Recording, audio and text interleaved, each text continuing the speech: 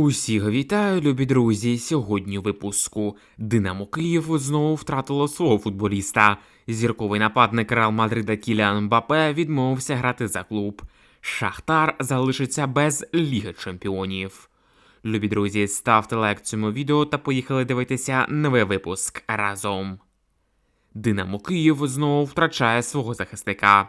У захисника «Динамо Київ» Брайана Себальоса стався рецидив травми задньої поверхні стегна. Повідомляє видання «То таке». Це четверта травма 23-річного футболіста в київському клубі, якщо враховувати літнє міжсезоння та забій голови у грі з Ворсклою. Справа в тім, що футболіст відновився після травми перед матчем з Ромою та повинен був потрапити до заявки, але стався рецидив ушкодження. Нагадаємо, «Динамо» влітку орендувало Себальоса з можливістю викупу у бразильської «Форталези» до 31 грудня. За цей час він зіграв у 4 матчах за київський клуб та забив 1 гол. Враховуючи велику травматичність Себальоса, то цілком вірогідно, що динамівці не будуть викуповувати колумбійця, та футболіст, відповідно, залишить клуб взимку. І насправді дуже шкода, якщо так станеться, адже Себальос непоганий захисник як для рівня нинішнього «Динамо» та нинішньої УПЛ. Тим паче не забуваємо, які великі проблеми та дірки в обороні «Динамо», де то Михавко, то Дячук, то Біловар стабільно привозять. Якби дійсно не травми, то можливо дует в центрі захисту Себальос-Попов міг нарешті вирішити проблему «Динамо» в центрі оборони. Але обидва гравці досить хрустальні, а тому цілком логічно, навіщо «Динамо» купувати другого Попова, якщо вистачає травм і першого. Втім, можливо, Себальосу можна було б дати шанс пройти повноцінно зимові збори і лише потім робити якісь висновки щодо його здоров'я та фізичного стану. А тому киянам, на нашу думку, було б непогано домовитися про ще одну піврічну оренду цього футболіста. Друзі, якщо вам сподобалася гра Себальоса у тих матчах, які він провів за «Динамо Київ», то поставте лайк цьому відео. Захисник Шахтаря Валерій Бондар вкотре поскаржився на тяжку долю українських футболістів. Цитуємо Бондаря. Дуже багато розмов про те, що дуже багато переїздів, дуже багато ми подорожуємо. Футбольні люди, експерти розуміють, як це важко може бути. Думаю, кожна футбольна людина розуміє, що відновлення не може проходити в автобусі або потязі. Нам дуже важко, заявив захисник Шахтаря Валерій Бондар. Схоже, ця тема з зниттям українських футболістів перед та після матчів Єврокубків набуває статус вічною. Чомусь лікарі, які не сплять вночі на дежурстві, не ниють так багато, як футболісти. Чомусь пожежники мовчки виконують свою роботу та рятують людей в будь-яких умовах. Чомусь вчителі не виходять у ЗМІ і не говорять, яких дістав дитячий крик. Про військових ми взагалі помовчимо. А от наші бідненькі футболісти кожного тижня тільки і волають про те, як їм важко. Бондар та йому подібні футболісти, які в своєму житті не прочитали навіть жодної книги, повинні розуміти, що кожній людині важко, але кожен повинен мовчки виконувати свою роботу, в даному випадку грати в футбол та радувати і так бідних українських болівальників. За що, до речі, ці горе-футболісти отримують величезні зарплати, неспівставні з умовними лікарями, рятувальниками та вчителями. Та й взагалі Шахтар же позиціонує себе топ-клубом України та Європи. Так проводьте тоді ротацію та грайте двома складами в УПЛ та Європі. Якщо вам так важко добратися потягом, то нехай тим, кому важко, залишиться вдома в Києві. А хто хоче розвиватися та прогресувати, виходить на поле в Лізі Чемпіонів та мовчки доказує свій рівень. А судячи по тому, як виступає Бондар, якщо не враховувати його останній матч проти МБУ з Лізі Чемпіонів, то, на нашу думку, головна проблема криється не в подорожах на потягу чи автобусу, а скоріше в індивідуально слабкому рівні подібних на Бондаря футболістів. Друзі, якщо погоджуєтесь з такою думкою, то поставте лайк цьому відео. Зірковий нападник Реал Мадрида Кіліан Мбаппе відмовився грати за клуб на позиції центрального нападника. Нападник Реала Кіліан Мбаппе не хоче грати на позиції форварда, повідомляє видання Sport 45. З даними джерела, Мбаппе не бачить себе на позиції центрального нападника в Реалі. Він надає перевагу грі на лівому фланзі, але там грає бразилець Вінісіус. У Парижі він не проявляв себе як дев'ятка і мав конфлікти з Неймаром. І лише коли Неймара продали, то Мбаппе був задоволений. Як зазначає видання, у Реалі в нього значно менше простору і можливостей, через що він виглядає розчарованим на полі, оскільки команда не здатна створювати для нього моменти. Оточення Мбаппе серйозно занепокоєно ситуацією, яку переживає футболіст, оскільки він стає основною мішенню для критики. Француз не відзначається працю в захисті, яку виконують Вінісіус та Родріго, та йому також не вдається забивати голи.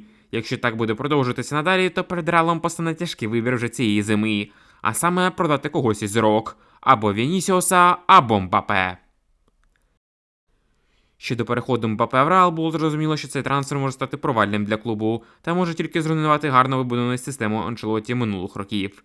І однією з головних причин, чому Реал з Мбаппе не працює, є сам французький гравець. Його прихід дестабілізував команду в атаці та захисті. Окрім того, тепер в Реалі з'явилося на одного футболіста більше в атаці, який не відпрацьовує на захист, що створює додаткову напругу для центральних півзахисників, де теж не все добре після відходу Кроса. Безумовно, Мбаппе – це не класична дев'ятка, він точно не нападник стандартного типу, як умовний Левандовський в Барселоні чи Кейн в Баварії. Мбаппе – це гравець, якому треба більше простору, щоб проявити свою швидкість та дриблінг, а тому його найкраще місце саме на фланзі. Але справа в тому, що у тренера Реалу Карло Анчелотті немає інших варіантів, адже в Реалі зараз немає чистих нападників високого рівня, а посадити Вінісіуса на лавку, який є найкращим гравцем Реалу, він теж не може. На нашу думку, вихід у цій ситуації один – це продавати Вінісіуса в Саудівську Аравію чи ще кудись, а замість нього покупати Холланда з Сіті. Тоді Мбаппе може грати ліворуч, Родріго праворуч, а Холланд у нападі, де йому трохи нижче на позиції атакувального хавбека буде допомагати Джуд Белінгем, з яким Холланд добре знайомий по виступам за Дортмундську Борусію. Є ще, звичайно, і інший варіант, а саме продати самого Мбаппе, але тоді навіщо був потрібен весь цей фарс з його трансфером? Друзі, як вважаєте ви, від кого треба позбутися мадридському Реалу? Від Мбаппе чи від Вінісіуса? Пишіть в коментарях під цим відео. Динамо Київ у Німеччині готується до матчу Ліги Європи проти угорського Ференцварошу. Поєдинок повинен пройти сьогодні, 7 листопада, у німецькому Гамбурзі. Початок о 22:00. Напередодні поєдинку головний тренер-наставник киян Олександр Шовковський заявив наступне. Ситуація у нашій країні не дозволяє провести підсилення. У нас є можливість грати лише своїми вихованцями або українцями. Звісно, це накладає певний відбиток на нашу гру, але тим не менш ми будемо до останнього боротися за вихід в наступний раунд Ліги Європи та віддамо усі сили проти Ференцварошу. Розділяє оптимізм головного тренера і легенда киян Андрій Ярмоленко, який заявив, що для Динамо в Лізі Європи ще нічого не втрачено, і у киян є гарні шанси на плей-офф. Динамо, безумовно, повинно перемагати Ференцварош, якщо хоче вийти в Єврокубкову весну. Більш того, у всіх 5 іграх, які залишилися киянам в команді Шовковського, цілком під силу набрати 9-10 балів для виходу в наступний раунд. Якщо вже не перемагати вдома Ференцварош, Вікторію та РФШ з Латвії, то тоді далі в Лізі Європи робити нема чого. Що стосується матчу проти Ференцварошу, то додає оптимізму той факт, що лідери киян поступово повертаються у гру. Насамперед мова йде про досвідченого Ярмоленко, якого не вистачало у перших матчах. Сподіватимемося, що і Піхальонок відновиться і також допоможе Динамо. В будь-якому випадку розраховуємо цього матчу тільки на позитивний результат.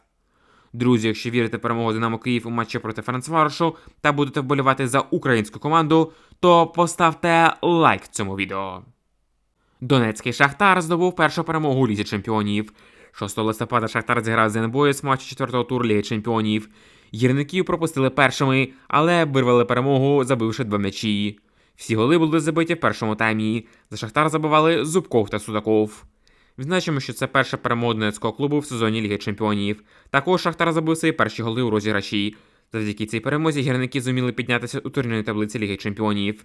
Після екватору турніру, тобто 4 зустрічей, Шахтар зараз знаходиться на 28-й сходинці і лише на 1 бал відстає від останнього прохідного місця плей-офф, на якому зараз знаходиться майбутній суперник гірників – нідерландський ПСВ.